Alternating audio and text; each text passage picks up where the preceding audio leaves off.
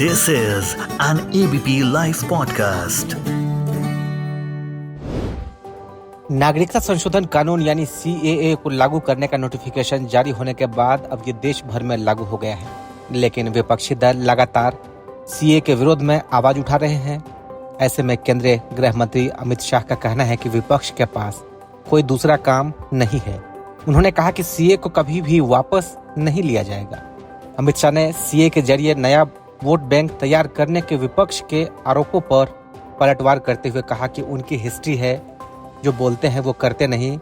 मोदी जी की हिस्ट्री है, जो बीजेपी या पीएम मोदी ने कहा वो पत्थर की लकीर है। मोदी की हर गारंटी पूरी होती है। और आज संवाद में हम इसी पर बात करेंगे। मैं आपके साथ हूँ राजेश कुमार, और इस पूरे मामले पर हमारे सहयोगी व्यालोक पाठक ने राजनीति के जानकार मनन द्विवेदी से बातचीत की।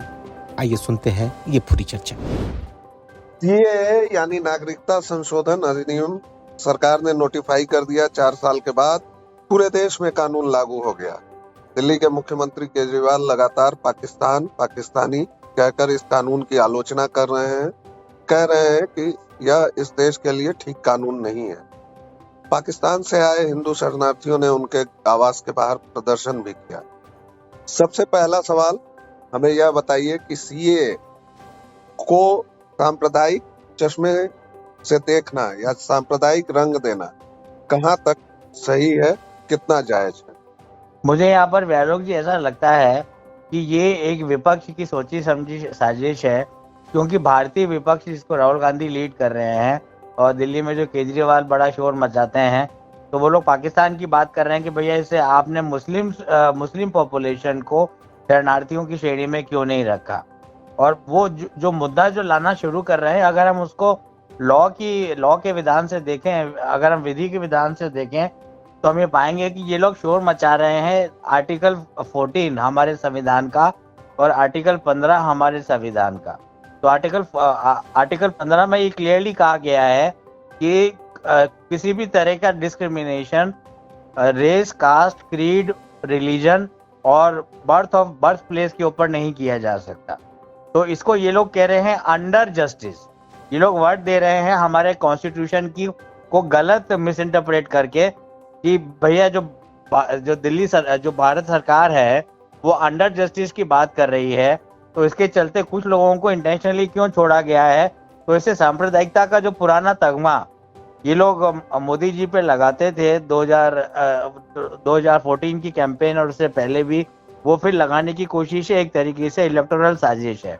और जहां तक आगे की बात है, मैं ये कहना चाहूंगा कि अभी स्टेटमेंट आया है, एक अच्छे प्लेयर है पाकिस्तानी क्रिकेट टीम में, पर वो हिंदू हैं, उनका नाम है दिनेश कनेरिया।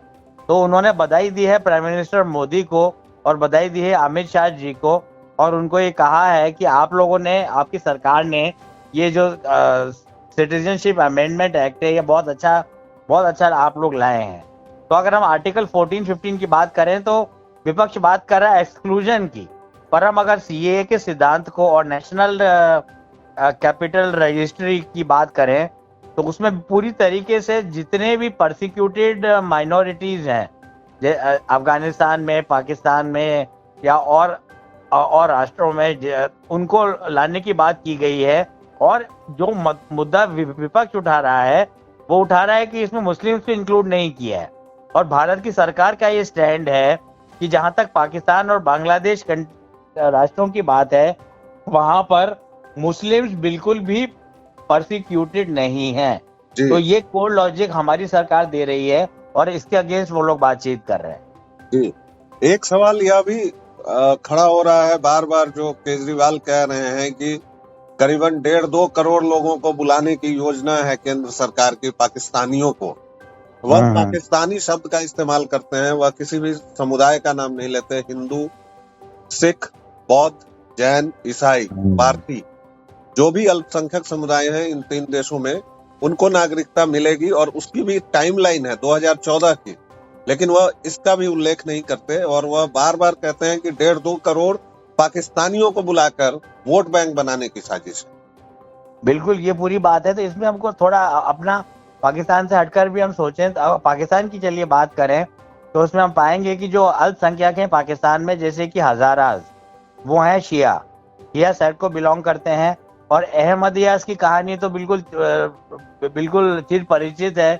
तो पाकिस्तान में इस तरीके का डीप स्टेट है, इस वहाँ की परिस्थिति इतनी खराब है कि वहाँ के उलेमा और वो सब रन करते हैं सरकार को, और वहाँ की सिविल सोसाइटी को रन करते हैं।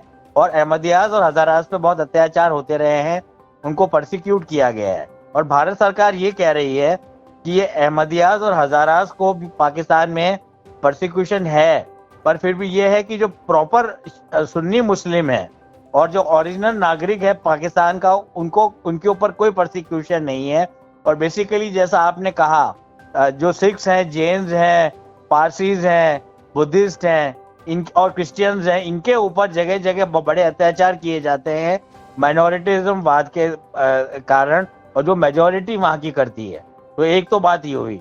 दूसरी बात मैं ये करना चाहूंगा कि एक्सक्लूजन की बात करते हैं, जबकि हम देखेंगे जो फॉरेनर्स एक्ट है 1947 का हमारे संविधान में, हमारे लॉ में, हमारी विधि में, और तो 1955 में अगर हम इतिहास की परिधि को उकेरें तो उसमें यह है कि 1955 में सिटीजनशिप एक्ट पहली बार आया था। उसके बाद 1986 में राजीव गांधी जी ने भी बात की, और हम ये देखेंगे, पर जो बातें की गई उसमें ये नहीं क्लियर हुआ कि श्रीलंका के, क्या कहते हैं उसको, श्रीलंका के तमिल्स को क्यों भारत में शरण नहीं दी गई, जो अब हम लोग शायद वहां के तमिल्स को भी शरण देंगे। और ये जो कोलंबो और नई दिल्ली के बीच में जो गठबंधन हुआ, उसके चलते ही राजीव गांधी को आगे जाकर उनकी हत्या भी की गई श्री पेरम्बदूर में। तो ऐसी कुछ चीजें हैं जिनको उछालने का प्रयत्न केजरीवाल भी कर रहे हैं और राहुल गांधी भी कर रहे हैं। और जहां तक सांप्रदायिकता की बात है तो हम लोग तो यही आर्ग्यू करते हैं, और आर्ग्यूमेंट सही भी है, कि सेक्युलरिज्म और कम्युनलिज्म का जो ये सिद्धांत है, ये भारत में इस सिद्धांत ने, इस डॉक्ट्रिन ने कभी जन्म ही नहीं लिया। ये जन्म लिया है वेस्ट में, ये जन्म लिया है गार्जियन क्लास की जो ऑक्सफोर्ड और कैम्ब्रिज यूनिवर्सिटीज है इंग्लैंड में, अमेरिका में नहीं, जो इंग्लैंड में है। तो एक तरीके से ये बोरोड, उधार मांगा हुआ कॉन्सेप्ट है, और इसके तहत बीजेपी के ऊपर निशाना साधा जा रहा है। मैं यहाँ पर ये कहना चाहूंगा। एक सवाल यह उठता है कि अंतर्राष्ट्रीय करण करने की कोशिश की जा रही है। लोग बोल रहे हैं, विपक्ष के कई नेता बोल रहे हैं कि अंतर्राष्ट्रीय स्तर पर प्रेस हमारे खिलाफ लिख रहा है। हालांकि ऐसा कुछ अभी तक बहुत कड़ी प्रतिक्रिया हमें देखने को मिली नहीं है। लेकिन आप चूंकि अंतर्राष्ट्रीय संबंधों के विशेषज्ञ हैं, पढ़ते हैं, तो आपको क्या लगता है, इसकी कोई प्रतिक्रिया अंतर्राष्ट्रीय स्तर पर होगी? हालांकि हमारे एचएम ने तो कह दिया है कि क्या किसी और देश में ऐसी कोई समस्या है जो कोई ऐसी प्रतिक्रिया होगी? आप क्या मानते हैं? हाँ बिल्कुल, ये आपका बड़ा ही अच्छा विचारोत्तेजक प्रश्न है।